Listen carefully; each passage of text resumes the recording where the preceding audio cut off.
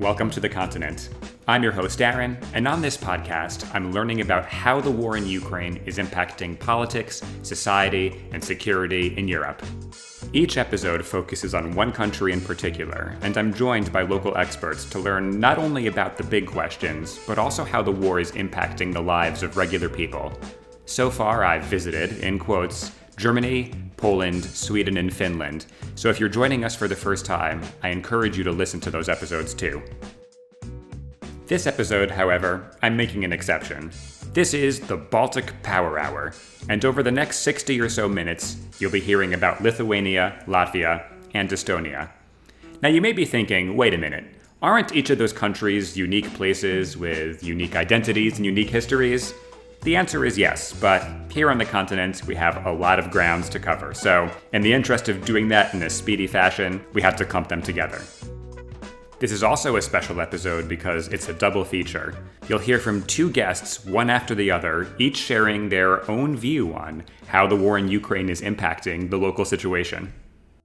Our first guest today is a regular in the FPRI ecosystem, Dr. Indra Ekmanis. She's the host of the Baltic Ways podcast. I'm including a link to that, so check it out. She's also a Baltic Sea Fellow and editor of the Baltic Bulletin, also with FPRI. Dr. Ekmanis earned her PhD in International Studies from the University of Washington in 2017. Her research focuses on social integration, civil society, and democratic transition in Latvia and the broader Baltic region. She was previously a Kennan Institute Title VIII Research Scholar at the Woodrow Wilson International Center for Scholars and a Fulbright Research Award recipient. She also covered international news and analysis as an editor for Public Radio's The World through the ACLS Mellon Public Fellows Program. So let's get to it. Great of you to join us today. Thanks so much for having me. So as a first question, intro here, tell us a little bit about your research interests. What's keeping you busy these days? Sure. Well, my research interest is really in the integration of Russian speakers in the Baltic States, primarily in Latvia. I've looked at kind of their social and national integration, specifically around kind of big cultural moments. And of course, as the war in Ukraine has taken all of our attention, kind of looking at the responses within Russian-speaking communities, but also how the Baltics are being kind of portrayed in the Western media. Working on that actually with some of my interns at the Foreign Policy Research Institute this summer. Well, we're going to ask a lot about all of these topics and more. So again, great to have you with us today. Yeah. So I want to kick off with a question about popular mobilization. It's a focus of our podcast. How is the war impacting regular people? And I've seen, as a more or less a layperson on this issue, a fair degree of support coming from the Baltics for Ukraine, especially given their size. So can you speak to this popular mobilization? Is this something that regular people are still talking about day in and day out? You are right in characterizing sort of the popular mobilization and the mobilization of the Baltic states in general.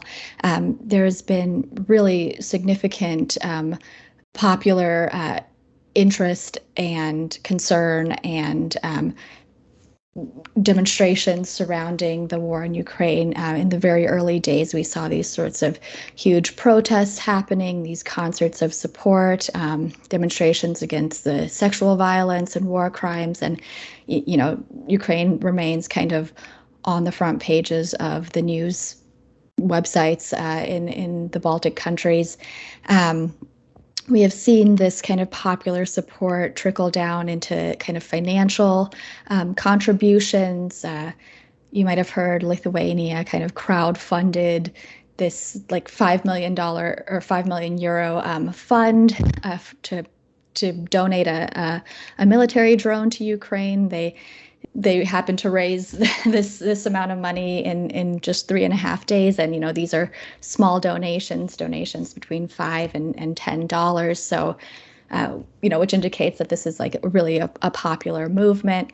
The manufacturer of the drones actually ended up kind of donating that drone anyway, but the funds, asked the funds be used for humanitarian aid. And Lithuania is a country of less than 3 million people. has some of the lowest average salaries in the European Union. So really significant in those terms. As of April, half of the population of Latvia had also donated to the Ukrainian cause. And again, these are small countries with low average salaries. So this is showing kind of remarkable support. There was also a lot of kind of physical support. A lot of support services have been kind of at the intersection of government and NGOs, but also volunteers. So in the early days, you saw this kind of massive joining of Facebook groups around refugees. Really interestingly, this kind of spanned the political spectrum. So people who might not have joined these groups when it came to the Belarusian crisis at the border, migrant crisis at the border, or 2015 migrant crisis in the European Union. These people are all of a sudden joining groups like they want to help refugees. They're driving to the borders to pick people up and offering sort of translation services, babysitting services. And my colleague Agnese Lace, who is an expert on migration policy in Latvia, kind of has talked a little bit about this in a sister podcast, Baltic Ways, which is also produced by FPRI and the Association for the Advancement of Baltic Studies. So there was really an initial outpouring of support. Of course, now we're 5 months in, I think, already entering 5 months, and we're kind of starting to see the difficulties that are kind of more intrinsic.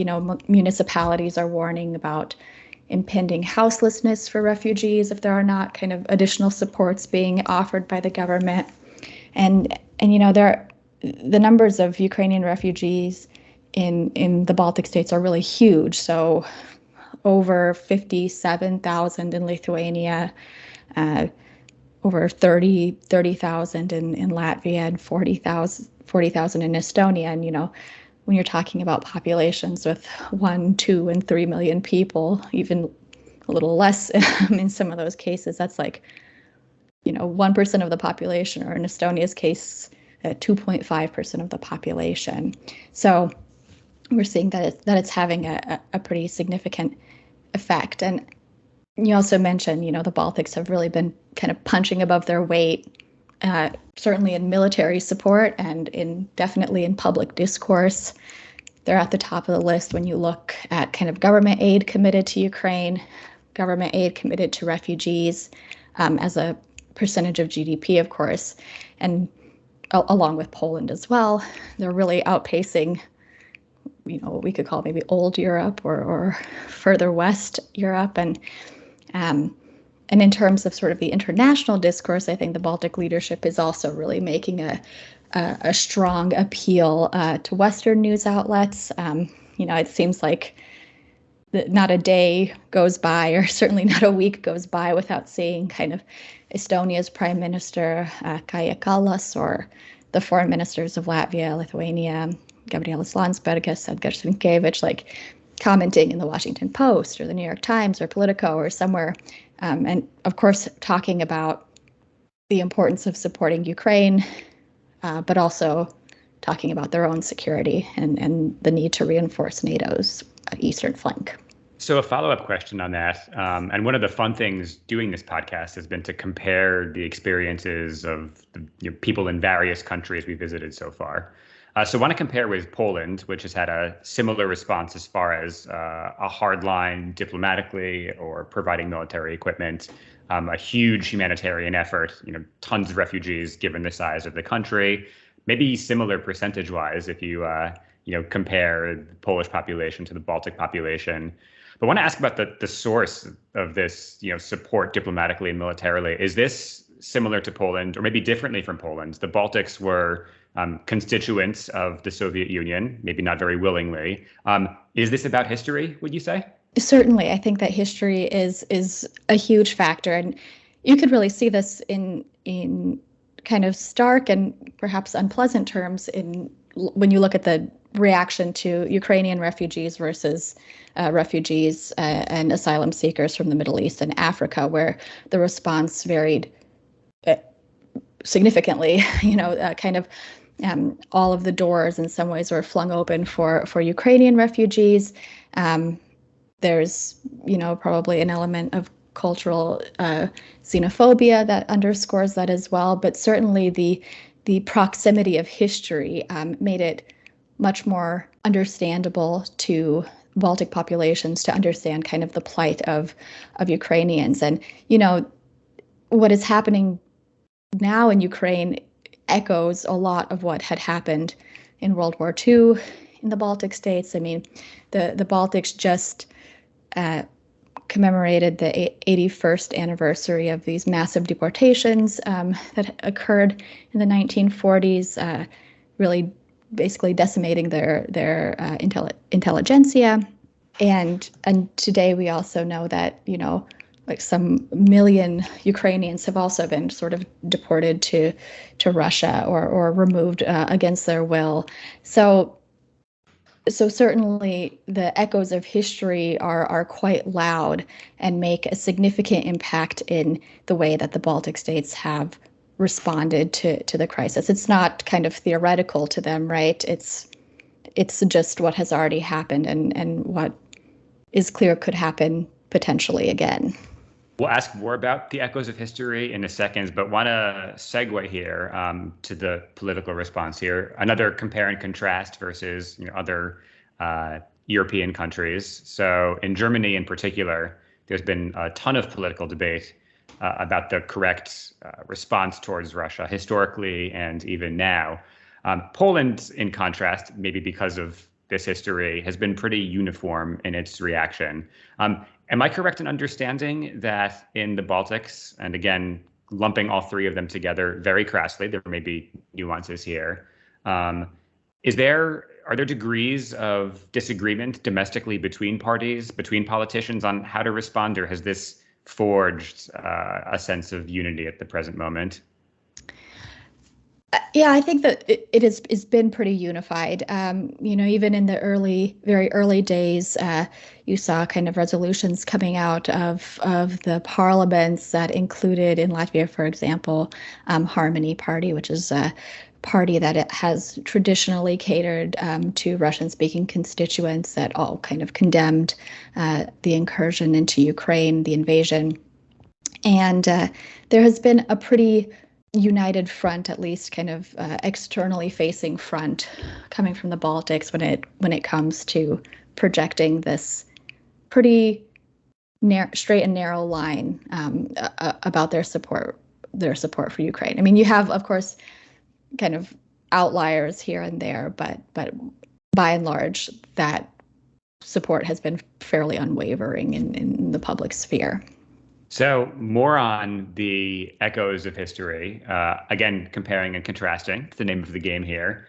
One of our guests on the Germany episode talked about how Germans for the first time since 1991, felt a discrete kind of threat to their national security, that something could go wrong. I want to ask about whether this, military risk from Russia, this demonstrated use of force, actually changes anything for threat perceptions. Again, the Baltics were invaded before, kind of subsumed before. So does the current war, or starting in 2014, doesn't even have to be this kind of iteration of the war, does this change anything for the way people in the Baltics perceive their security? Yeah, that's a good question. I mean, in 2014, we had kind of a slew of articles that came out about the Baltics being next, and the threat perception that was palpable. And of course, now, there is certainly levels of fear that are being kind of recorded in population surveys, and certainly it is more real when you have an actual kind of hot war not so far away from you. The question of whether it like fundamentally changes the Baltic security situation is kind of interesting, actually, because at the beginning of the war, or this kind of renewed invasion into Ukraine, there was a lot of think pieces, a lot of blame being thrown around that that this was a war that was provoked by NATO, and specifically NATO's eastern expansion in the 90s and early 2000s, and specifically the expansion right up to Russia's borders, which of course is the Baltic states, and that that Russia had been kind of provoked into defending its sphere of influence. And I've written about this a little bit too, that this is quite a facetious argument, not least because it totally removes the agency of these countries who sought to join NATO, who took all of the necessary steps to kind of meet the criteria of the alliance, who today are, matching that 2% of GDP investment in a way that, 2/3 of the alliance members are not. So this idea that they should have sort of been left as like the West's buffer zone or Russia's buffer zone to appease Russia is kind of horribly dated and flawed, and kind of implies that Eastern Europe is not really worthy of its own self-determination. And, if we want to kind of go more into it, it's also an argument that really echoes what Putin is arguing in Ukraine, right? That these countries are not really fully sovereign, which is quite dangerous. But what we see in the Baltic states is that having joined NATO, these countries, which are, potentially arguably an easier target than Ukraine, they're much smaller, and their populations are like 15%. Together, they're 15% of, what Ukraine is.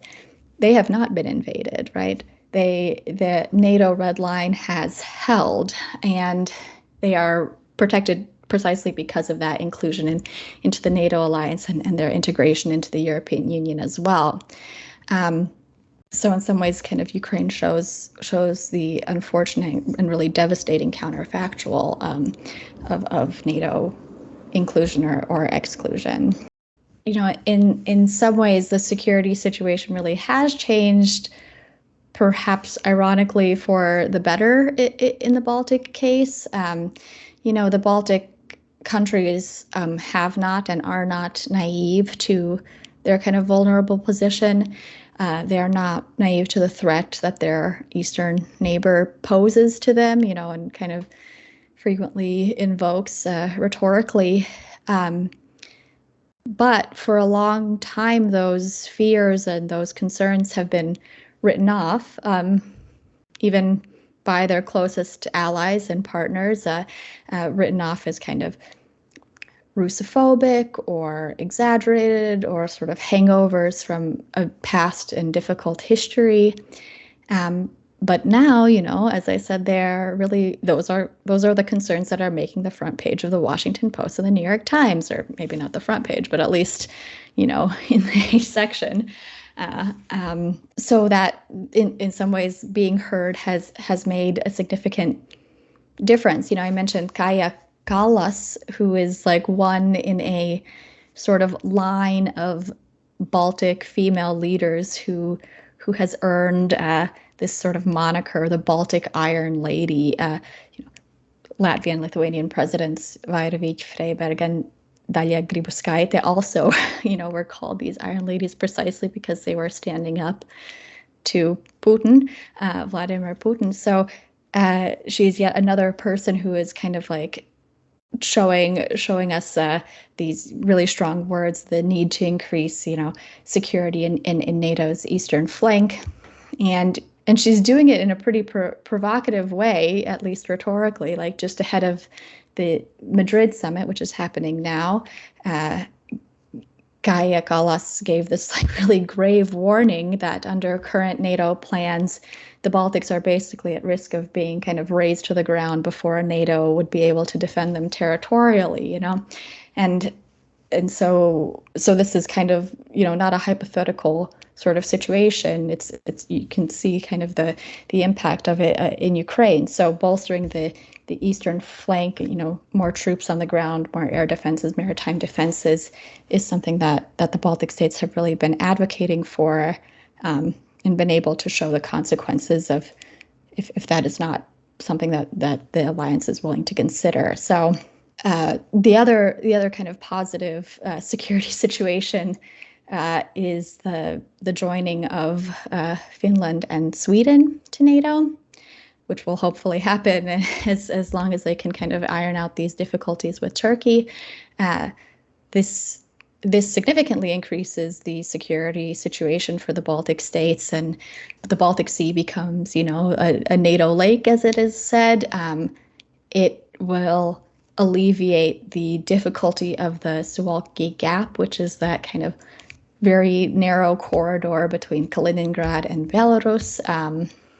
It opens up more kind of access points to the Baltics from NATO, and also the ability to block Russia in the Finnish Gulf. So I don't think that the Russian kind of existential threat to the Baltics has diminished. I think that the NATO response and the international awareness has increased, and that has been a positive security outcome. So speaking about this NATO Lake, Kaliningrad, kind of a hot news topic today. Now, without diving into the minutia of European sanctions regulations, can you speak a little bit about what's going on there? Sure. Yeah. So Lithuania has kind of partially closed its rail transit to Kaliningrad. Lithuania has, since the early 2000s, has had this sort of deal with Moscow to transit passengers and freight again across kind of this gap. Lithuania is right in between Kaliningrad and Belarus. So because of sanctions, according to Lithuania, they have blocked goods, mostly kind of steel and construction-related goods that are on the sanctions list. This has really angered Russia. Russia has called it a blockade, and I think Dmitry Peskov called it like in violation of everything. So it has been kind of a hot topic. It's not exactly a blockade. There's still free transit of people and other non-sanctioned goods. But the European Commission is also kind of starting to look at this and,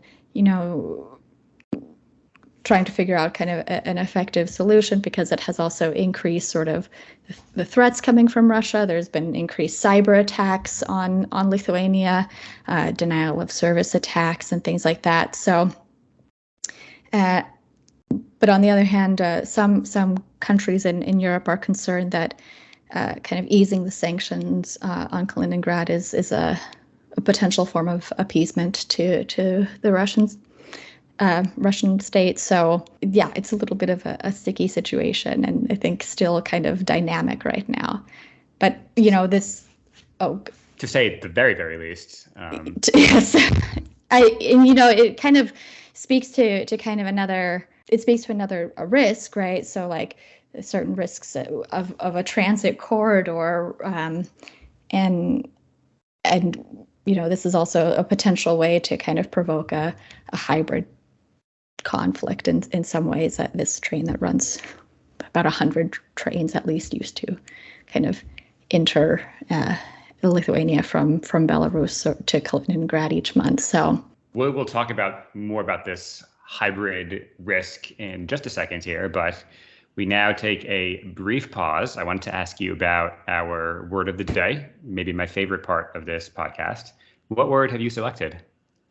So the word that I think is significant is the word atbalsts, which is Latvian. Means support. It's a simple word, but I think it means a lot in the Baltic context. When we're speaking about Ukraine, of course, we've spoken about the military support and financial support, but also the moral support of the Baltic states and support for Ukraine on the international stage. So atbalsts, I think, is one of those words that kind of encompasses the Baltic attitude toward supporting Ukraine.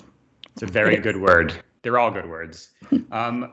So, as our last but certainly not least question, I wanted to ask about the role, place, and identity of Russians across the Baltics. It's my understanding overall they're a fairly sizable minority, and in certain locales, even an outright majority. I'd also note that in Kremlin propaganda, they're oppressed, mistreated, not welcomed in as citizens. So, I wanted to ask about the general picture, but then also nuances about how local Russians live. Sure. Yeah, that is definitely an important question to talk about in the Baltics. Ethnic Russians make up about 25% or so of the population in Latvia and Estonia. It's much less in Lithuania, around 5%. But the number of people who are Russian speakers or people who use Russian as their first language is higher. So it's around 30% in Latvia and Estonia, and 15% or so in Lithuania. And it's important to note that this is a pretty diverse population group. Russian speakers obviously includes people who identify as ethnically Russian, but also ethnically Ukrainian and Belarusian, for example. And you are right in saying that the Kremlin often uses this population a little bit as a perhaps scapegoat is not the right word, but as a way to get a foothold into the Baltics, and kind of play up a lot of minority tensions. For what it's worth, there are politicians on in the right side of the spectrum of Latvian and Estonian politicians who also kind of use this as a wedge issue, the minority issue as a wedge issue. But in the Baltics, a little bit, we're starting to see kind of a shift away from this kind of ethnicized politics, hopefully. But to this idea that Russian speakers are oppressed in the Baltics, that this is a Kremlin line and not really borne out in reality. That doesn't mean that there aren't issues with integration or language or citizenship that can't continue to be rectified. And I think that something that people often think about is the citizenship issue in the Baltic states. So Lithuania has largely sidestepped some of these issues because when they declared independence from the Soviet Union, they did not have such a large influx of Soviet-era migrants during that period. So they got to kind of reset their citizenship rules, and it was a very easy, or maybe not very easy, but it was easier to become a citizen if you were a Soviet-era migrant. In Latvia and Estonia, that wasn't really the case because during the occupation, they had experienced pretty precipitous declines in their titular population. So their ethnic Latvian or ethnic Estonian deportations, wartime losses, and significant immigration from other parts of the Soviet Union. So when reestablishing their independence in the 90s, there was this kind of concern about losing the ethnic basis for the nation. So like a Latvia that wasn't Latvian or didn't have a Latvian linguistic kind of backbone or something like that. So because of that, lawmakers kind of leaned on these citizenship laws that were tied to the pre-war state. So if your predecessors were citizens of interwar Latvia, totally regardless of their ethnicity, citizenship was pretty automatic, but for Soviet-era migrants, naturalization became much more difficult. And because of that, many ended up with this non-citizenship, which is kind of an interesting term. It confers many of the protections of citizenship with some notable exceptions. So the right to vote, the right to serve in the civil service, for example. Estonian non-citizens can vote in local elections, but that's not the case in Latvia. But as the Baltic countries were kind of integrating into the EU, this issue, which is a minority rights issue, kind of got brought up, and so as they were working to accede to the European Union, they liberalized their naturalization policies, and citizenship became much more accessible. It's I won't say that it's not bureaucratic. It is bureaucratic, but it is accessible. And for non-citizens, that kind of proportion of non-citizenship has declined significantly since the 1990s. And in a lot of ways now, the onus is kind of on the individual. So people can either choose to keep that status for a variety of reasons. Maybe it's principle that they don't feel like they should be asked to naturalize. Maybe it's lack of language fluency, national language fluency. Maybe it's because they would prefer to more easily travel to Russia. But in principle, kind of non-citizenship is being kind of actively and passively phased out. And as recently as 2020, Latvia kind of stopped this ability for children born in Latvia to acquire non-citizenship. Children born in Latvia were able to get citizenship if their parents were non-citizens, but they could also end up with this odd status, which is a little bit odd for a child who was born 30 years after the Soviet Union to be kind of a former citizen of the Soviet Union. So that's being phased out. But more broadly, with regard to integration, kind of socially and politically, I mean, I think it's important to say that Russian speakers are visible across the Baltic landscape. They're visible in politics and business and in social circles. I think in Latvia, the rate of sort of ethnic kind of intermarriage is pretty high, around 20%, at least in the last kind of notes that I have seen, and might even be higher. And so I think it's important to consider Russian-speaking minorities and minorities in general, not only as minorities or identifying with their sort of ethnic or linguistic nationality or language preferences, but also as kind of full-fledged members of society. That's something that we see in kind of very basic daily activities, but also in moments of national engagement. So, celebrating Independence Days or something like that. Everyone loves a good fireworks show, so you'll see like a lot of people out to celebrate Latvian independence, for example. Maybe their politics are not, always. People have very different politics, but there are moments of these sort of national engagement. And more recently, which maybe is most important, is in response to the war in Ukraine. So where a number of high-profile Russian speakers, like very actively and quickly, kind of voiced their support for Ukraine and their loyalty to Latvia, and the Latvian parliament really like unanimously adopted a statement on aggression and war crimes of Russia in Ukraine. And it's important to note that in like the largest political party with representation in the Latvian parliament is Harmony Party, which often caters to Russian speakers. And you also see this kind of increasing shift in opinion polls away from support of Russia. So, right after kind of the occupation of Crimea in 2015, polls were showing that as many as 65% of Russian-speaking respondents saw Ukraine as the guilty party in that conflict. By 2019, that number had shrunk to 35%. In March, when being asked about their support for Russia's war in Ukraine, support for Russia was around 20%, and quite a large, around 40% or so, was kind of undecided.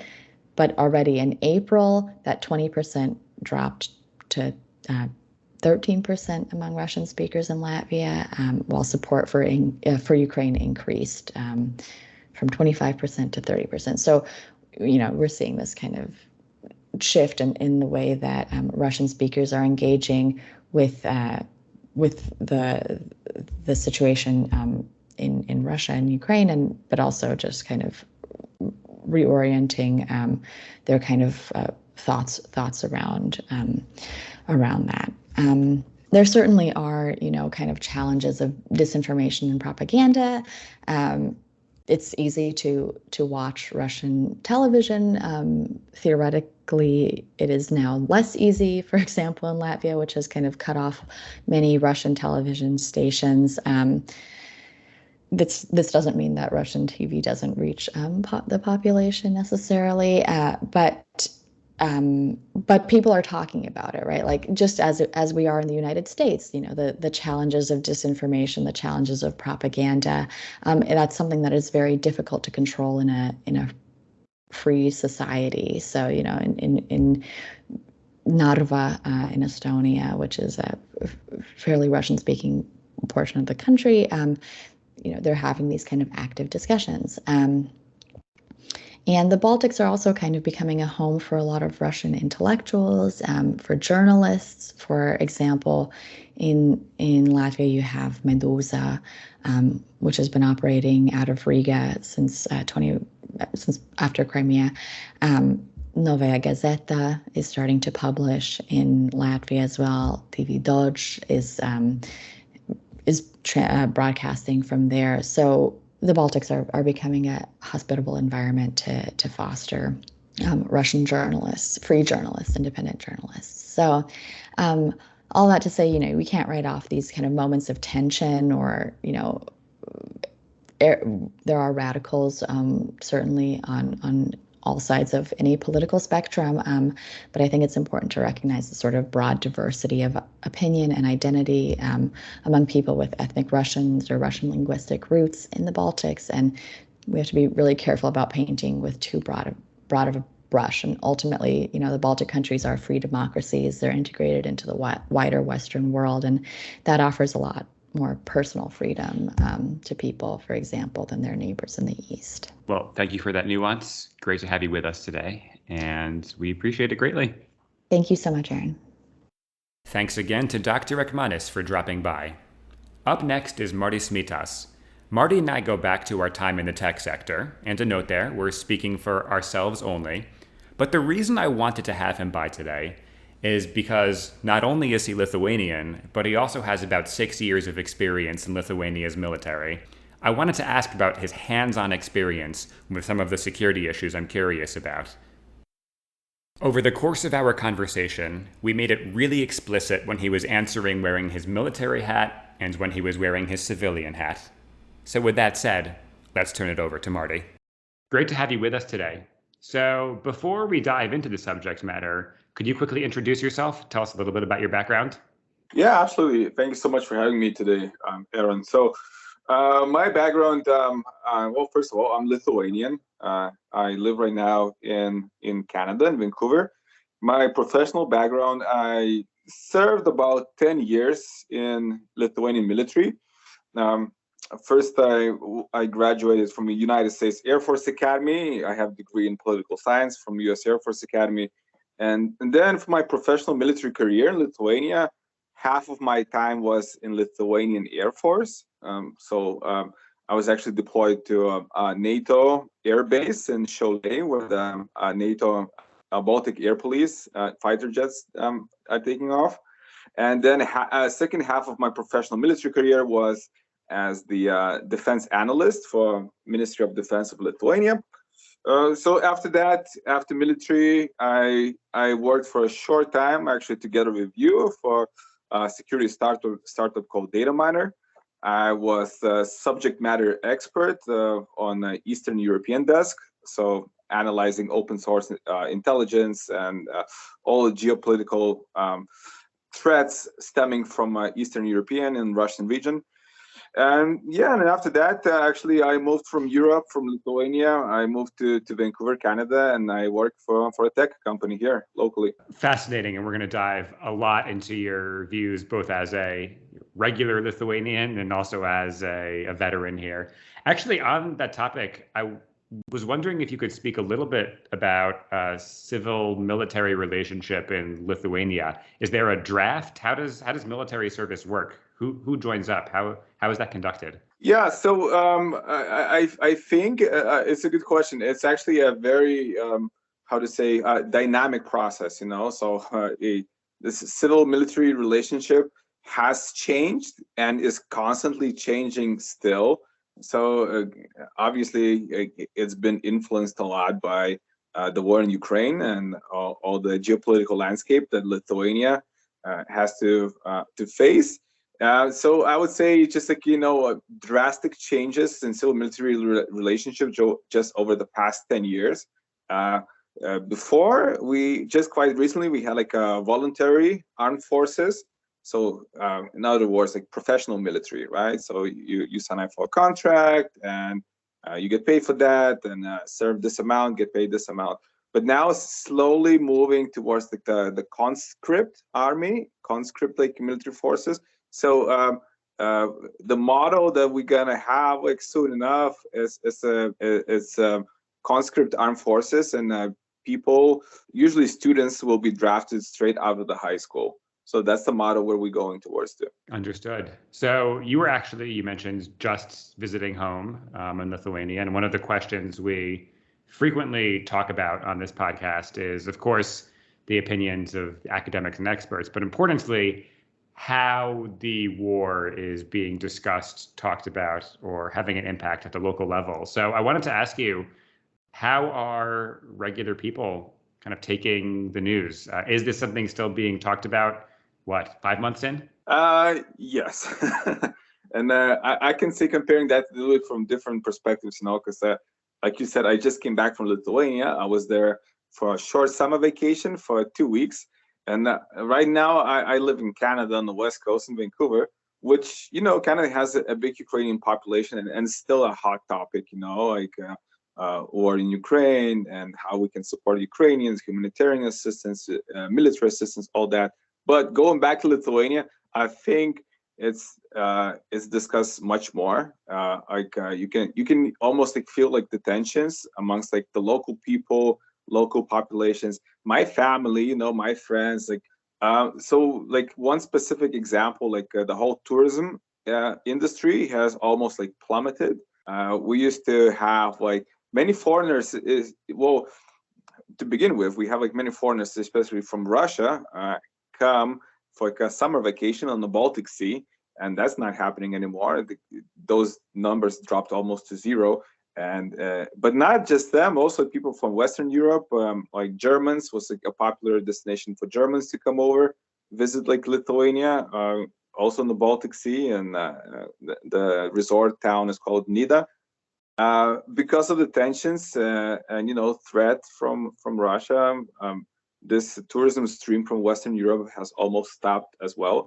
So, but that's just like one basic example, like tourism. But I mean, you can feel it very much in the media amongst local population, and I think not just Lithuania, but particularly like all the Baltic states and Poland as well, because we're on the borderline with Russia and Belarus.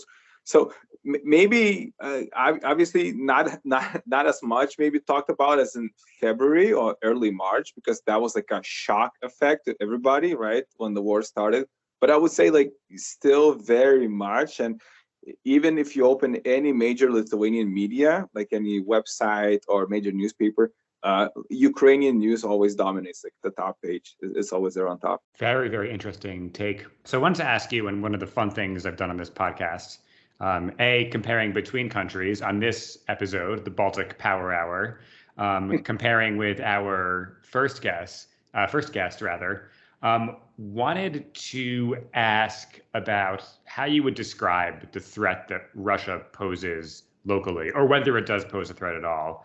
And then as a follow-up, do you think in light of events in Ukraine, this threat has changed? In other words, does the war in Ukraine actually change the way that local people or the local military have an opportunity to wear both hats here, like might perceive the role that Russia might play locally? Yeah, so again, I think that's a good question. I like when people say like you can change like many things in the country, right? You can change like defense budgets and like political reforms and all that stuff. One thing you cannot change is your geography, right? And geographically, Lithuania is very close to Russia. We don't have a border like Latvia and Estonia to the mainland of Russia, but we have a border to Kaliningrad, which is also like in the news right now because Lithuania just stopped the transit of Russian goods and people moving over Lithuania from Kaliningrad. So we have a border with Kaliningrad, which is very militarized, has many tactical and strategic weapons from air, sea, and land as well. So we feel these tensions. We feel direct threat from Russia, but I'm saying we're so glued geographically to Russia. It's not something that we feel now. We feel it strategically over many, many, many years, right? So, I mean, this obviously this Ukrainian war by Russian aggression has built the tensions even to like the next level, especially since 2014 Crimea annexion, and even more moving onwards to this day. But for us, like Lithuania, I mean, how far you want to go? If you look like in our history, the past 100 years, 500 years, the 1,000 years, it's Putin now, communist Bolsheviks 100 years ago, Catherine II or Peter the Great 300 years ago. So the threat is very real, and we have like no illusions about it, and all our security apparatus is working towards countering the threat, and specifically from one country, and we don't have to look in other countries like US is concerned about, like so many countries across the world. Our threat is very direct and is coming from Russia specifically. So I wanted to ask you a little more about that, wearing your military hat, insofar as you can share. But you talk about the fact that you can't change a country's geography, and there's, I guess, related problem there that Russia is a very big country. I hope that's safe to say. And similarly, hope it's safe to say that Lithuania is not a very big country. That's a pretty major strategic imbalance. So I want to ask how that factors into the way Lithuania or Lithuania's military thinks about its security and strategy were, anything to ever happen. Yeah, absolutely. Yeah, I think it's a fair assessment. We're Lithuania is about 3 million people population, right? Russia is 150, so 50 times more. In area land, it's nothing to compare. We're just like a small dot. All Baltic states together are small dots compared to how big in area Russia is, spanning multiple time zones. But I think, and myself, having visited Israel, and I lived in Singapore for a year, this is a challenge that all small countries face in the world, that they are being surrounded by much more powerful and much more powerful neighboring countries who have vaster militaries and vaster military budgets as well. So, and our answer to that in Lithuania is just like really to be realistic and to get ready for that, especially I would say since 2014, the first Ukrainian war after annexation of Crimea by Russian green troops, you could say, some say polite troops, green troops, like whatever. But for us, it's very concrete and specific steps. Like I told you before, we had like professional armed forces where service was voluntary. Now it's conscript. So, after high school, it's, I believe, 9-month mandate to get your basic military service. So that's number one. Also, Baltic States, Lithuania, and Poland are the leaders in defense budget spending. As you know, NATO equivalent is 2%. So we're like, for a long time, many NATO countries were not meeting this criterion. And Trump presidential administration was quite, to say it, fairly upset about it. But now we are 2% and going way above. I think the target is 3.5%. So military spending is going up. Civil military cooperation is going up. But at the same time, it's just, it's realizing, like you said, the imbalance of power between Lithuania and Russia, and being realistic about it and taking very specific steps, because, you can talk all the time that you want, but you need to take concrete and specific steps. And I think Lithuania is in the right direction doing that. So actually a relevant or related question, both hopefully relevant question, wanted to ask, in your experience, the Baltic states, and one of the goals of this episode is to compare and contrast between the experiences of the three countries we are very crudely mashing together, which I know they're individual countries. Again, I've mentioned this in the first part of the episode, and I'm doing so again. But in your experience, Is the security calculus or the security situation in Lithuania similar to what you'd imagined it to be or have experienced it to be in Latvia and Estonia too? Yeah, I think it's similar. I think there's like a couple like small caveats, Like I would emphasize a couple ones, I think overall tendency is somewhat similar.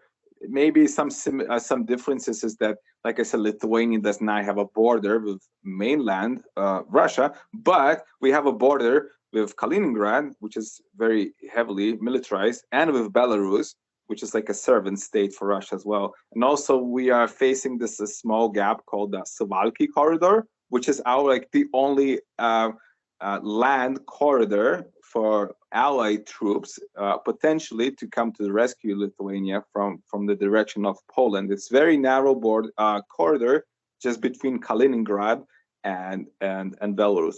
So that's how we stand out.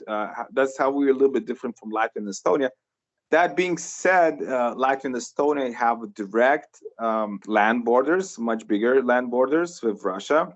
And maybe like one of the biggest challenges that they kind of need to control or pay attention just a little bit more, which has not been like a big threat for them so far. But Lithuania historically has had a much smaller percentage of Russian-speaking population, population who speaks the Russian language. So in Lithuania, the percentage is about 8%, while in Latvia and Estonia, I don't want to make errors here, but it's around 20 to 30% up to that. So that kind of stuff.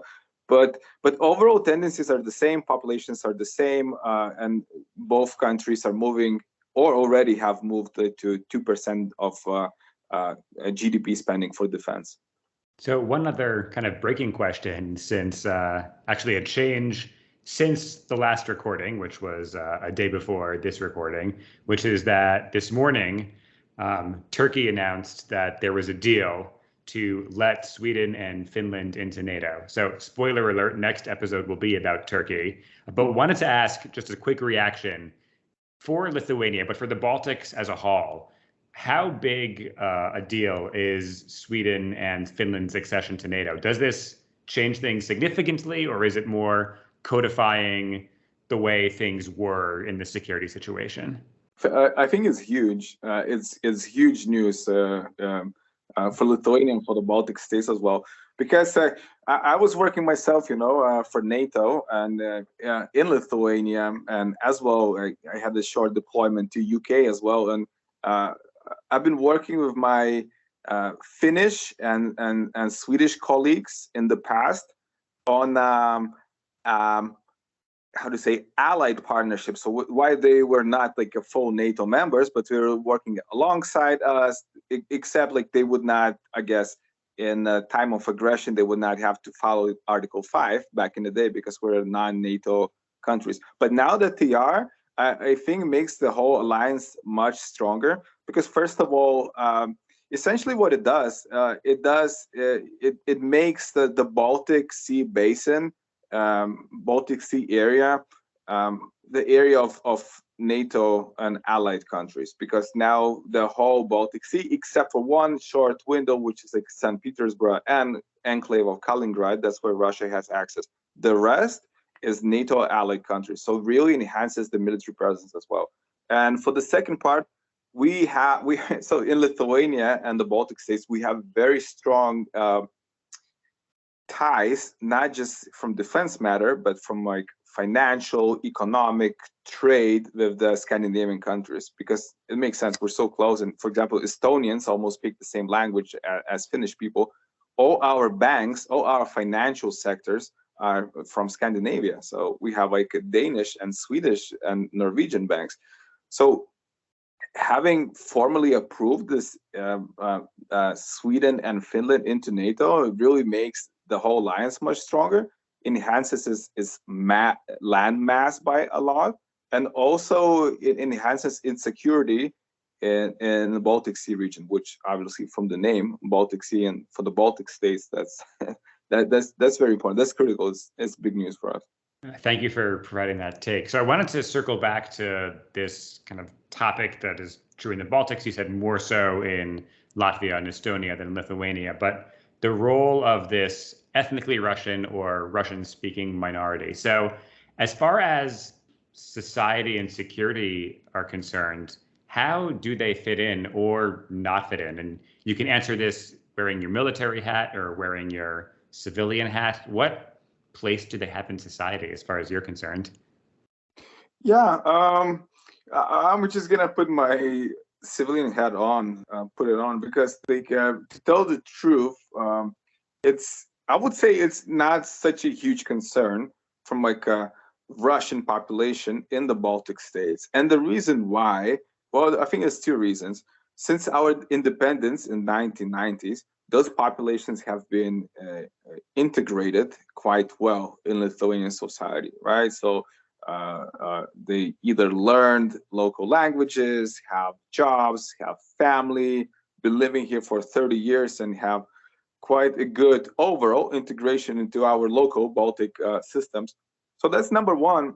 But I think number two is just those societies have a much more sound perspective on the war in Ukraine and what's going on, which is closer to official like NATO perspective. And the reason why in Lithuania and the Baltic states, all Russian-speaking channels, I mean, the ones that broadcast propaganda news, right? Like Russia One, Россия Один, Russia Today, I can go on and on. They are banned. You will not find a single radio station in Lithuania, the Baltic states. You will not find a TV station where you could hear the perspective of Russian narrative, you know, from like such a propagandist like Kiselov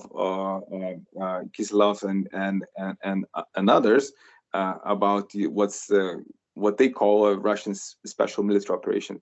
So for those two reasons, you know, for Russian like minorities being much better integrated in our like local systems, and for the fact that we don't have like a Russian propaganda machine running, it's banned completely in the Baltic states.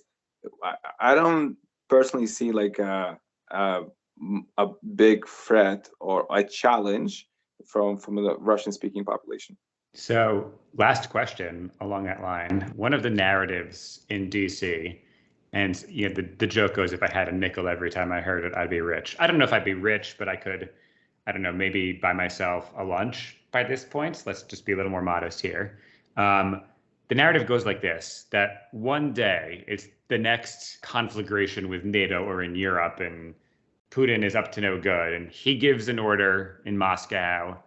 It's some narrative operation targeting Russians in the Baltic, and then every Russian speaker takes to the streets, and then soon enough, little green men appear, and then boom, it's a choice NATO has to make. Do we intervene? Is there anything we can do? I've heard this a fair few times. I wouldn't be asking about it if I had heard it just once. So I wanted to ask, do you think such a scenario is at all realistic? What are the actual threats posed by these narrative operations, misinformation? You alluded to it in the last question. Is there nuance there? Is that a scenario you could see happening anytime in the near future? No, I really don't. And the reason why, I think it's very simple. And I can very pinpoint very exactly where this narrative is coming from. It's coming obviously from 2014 Crimea annexation, right? Which pretty much, maybe it's fair to say that Ukrainian armed forces at the time, almost without a fight, gave up the Crimean Peninsula. And then again, the whole Ukrainian political system and military system was quite different to what they have right now. So that's true. That's true to the narrative that you're saying. That's what happened in 2014, but more in Crimea. But even back then, the local Ukrainian population support was about 60% or even more population were supporting Ukraine. Like overall, if you look at MPs level at Ukrainian Rada parliament, 60% or so were pro-Russian, huge number, okay? In Lithuania, it's the opposite. There's almost zero support for Russian special military operations. So the reason I'm saying, I don't see where those green men would be popping from. They have like no support to local population. They would have no access to come from the outside. So the just political landscape and the strengths of democratic institutions, of state security apparatus is completely different. And then again, the popular support is overwhelming 99% towards Ukraine. So that was the final question. I really appreciate all of the insight you offered today. I learned a lot. So great to have you with us. Thank you so much, Aaron. It was a pleasure. Thanks again to both of our guests and to you, dear listener, for joining us on this Baltic Power Hour. The Continent Podcast is a project of the Foreign Policy Research Institute, that's FPRI, a nonpartisan think tank based in Philadelphia. For more information on this initiative and many others, drop by fpri.org or the Twitter handle @FPRI. We'll catch you next time.